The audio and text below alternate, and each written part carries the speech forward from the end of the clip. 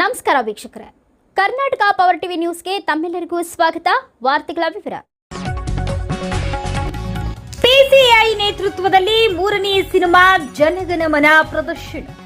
ಕಾಲೇಜಿನ ಪ್ರೊಫೆಸರ್ ಒಬ್ಬರ ಬರ್ಬರ ಹತ್ಯೆಯ ನಂತರ ವಿದ್ಯಾರ್ಥಿಗಳು ನಡೆಸುವ ಪ್ರತಿಭಟನೆ ಹಾಗೂ ಅದರಿಂದ ಉಂಟಾಗುವ ಸಾಮಾಜಿಕ ಮತ್ತು ಕಾನೂನು ಸಂಬಂಧಿತ ಬೆಳವಣಿಗೆಗಳ ಸುತ್ತ ಈ ಕಥೆ ಎಳೆಯಲಾಗಿದೆ. ನ್ಯಾಯ, ಕಾನೂನು ಮತ್ತು ಸಾಮಾಜಿಕ ಹೊಣೆಗಾರಿಕೆಯ ಕುರಿತು ಚಿಂತನೆಗೆ ಹಚ್ಚುವ ಈ ಚಿತ್ರವನ್ನ ವಿಶೇಷವಾಗಿ ಕಾನೂನು ವಿದ್ಯಾರ್ಥಿಗಳು ಮತ್ತು ಕಾನೂನು ಪದವೀಧರರು ನೋಡಲೇಬೇಕಾದ ಸಿನಿಮಾವಾಗಿದೆ. ಈ ಚಿತ್ರವನ್ನ ಡಿಜೋ ಜೋಶ್ ಆಂಟೋನಿ ನಿರ್ದೇಶಿಸಿದ್ದು ಮಲಯಾಳಂ ಚಿತ್ರರಂಗದ ಅತ್ಯಂತ ಯಶಸ್ವಿ ಚಿತ್ರಗಳಲ್ಲಿ ಒಂದಾಗಿದೆ. ಮೂಲತಃ ಮಲಯಾಳಂ ಭಾಷೆಯಲ್ಲಿ ನಿರ್ಮಾಣಗೊಂಡಿರುವ ಈ ಚಿತ್ರವನ್ನ ಕನ್ನಡಕ್ಕೆ ಡಬ್ ಮಾಡಲಾಗಿದೆ.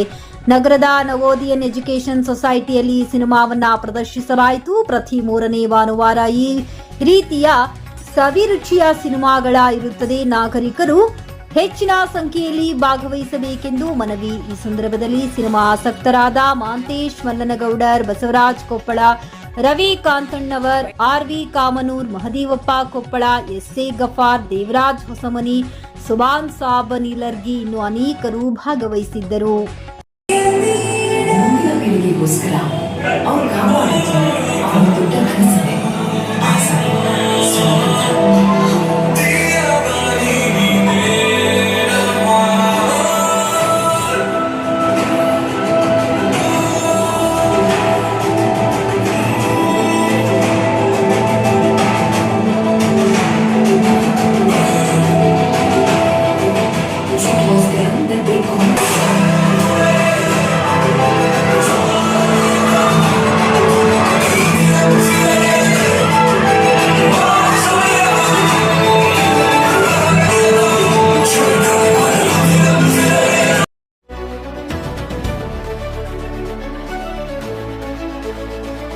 ನೈಜ ಸುದ್ದಿಗಾಗಿ ನಿರಂತರವಾಗಿ ನೋಡ್ತಾ ಇರಿ ಕರ್ನಾಟಕ ಪವರ್ ಟಿವಿ ನ್ಯೂಸ್.